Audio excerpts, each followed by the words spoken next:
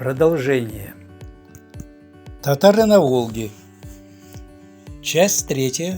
Хусаин Амирхан. Отрывки из книги «Булгарские хроники» Хусаина Амирхана. Ученых казнили, а книги сожгли. Булгарское государство в прошлом было великой мусульманской страной, значимость которой ясна для всех больших ученых. Во многих книгах она упоминается как Шахри-Булгар, город Булгар.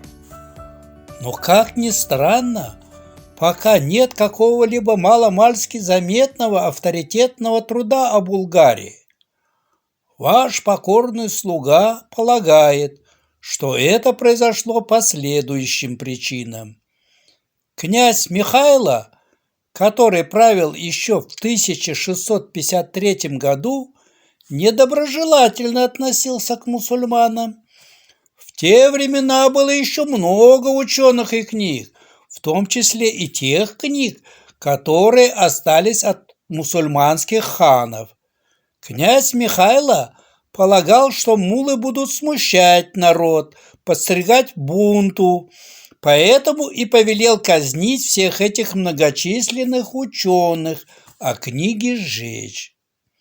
И по этой причине сохранилось так мало трудов, написанных древними учеными. А из-за малочисленности ученого люда стала ослабевать сама исламская религия. Народ впал в темноту и невежество. И вот я, презреннейший из рабов Божьих, уже сколько лет занят сбором сведений из оказавшихся у меня в руках исторических трудов, переписыванием того, что в давние времена оставляли на полях книг наши старые ученые, то есть всего того, что в той или иной мере несет печать достоверности. И в итоге, пропустив сквозь сито различные сказания из истории тюркских народов, сделав выписки из наиболее ценных книг и сославшись на большинство из них, я постарался упорядочить эти сведения в своем труде, и я надеюсь, что все это поможет нам постичь истину. Хусаин Амирхан. Булгарские хроники. Сказание о Казани.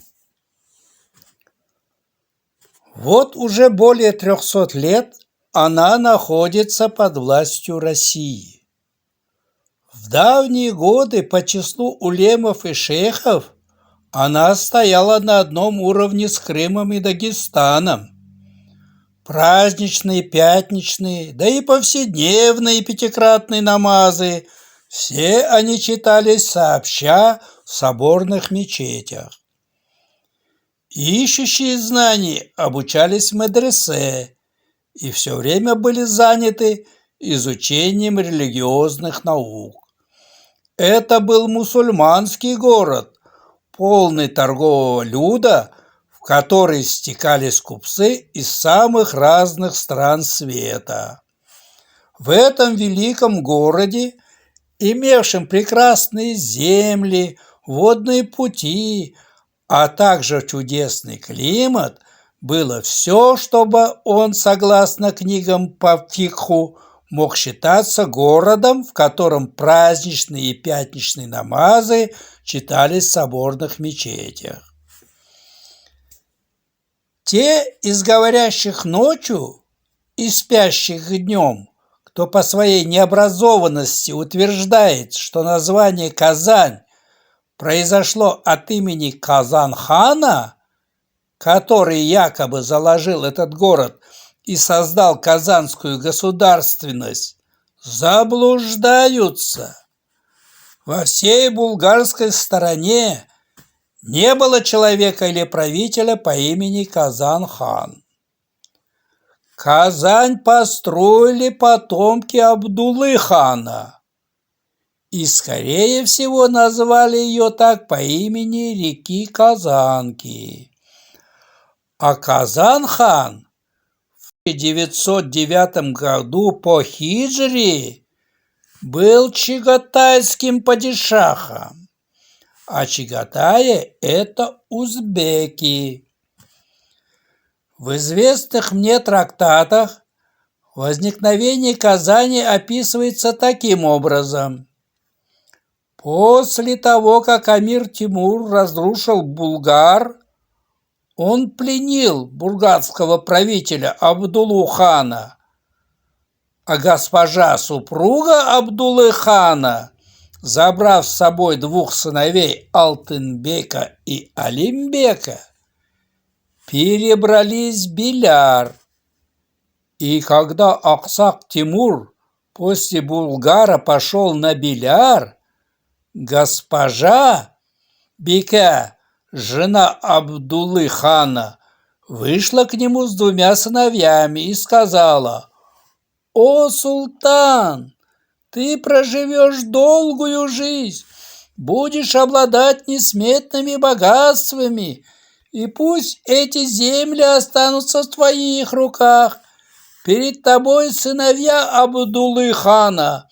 Они просят, чтобы ты не отправлял их на чужбину. Дай им возможность остаться на родине. Пусть они возведут в каком-либо месте этого город новый, в котором они будут молиться за тебя». Дав им богатств, Амир Тимур повелел строить город на месте старой Казани. Так и случилось. И они прожили там 104 года. В скобках заметим. Так гласит древняя татарская легенда. Алимбек стал ханом. После него на престол зашел его сын Ал-Мухаммад. Это был грамотный и развитой человек, который делал все с умом. При нем все было в порядке, и земли, и воды. Он заботился о удобствах для мусульман, для торговцев. Сделал так, чтобы корабли без проблем причаливали к городу. Это можно описать следующим стихом. «Кто в жизни был хороших дел творцом, не будет позабыт на свете том. Делая добрые дела, он жил по принципу: пусть мое тело будет в земле, зато имя на устах детей Адамовых». Конец цитаты. Поэтому в 5 верстах от старого места в 1418 году в устье Казанки Ал-Мухаммад-бек выстроил город, и жили они там 158 лет. Эта Казанка-река, соединившись с севера с Волгой, дальше идет к Оке. Прошло 558 лет с тех пор, как была возведена старая Казань. Сейчас на этом месте, лежащем на Арской дороге, находится русское село. А с момента основания новой Казани прошло 454 года. Говорят, что на месте новой Казани были сплошные топи. Во множестве водились змеи, поэтому пришлось перебраться на 2 версты выше, на гору, которую назвали Джлантау, Змеиная гора.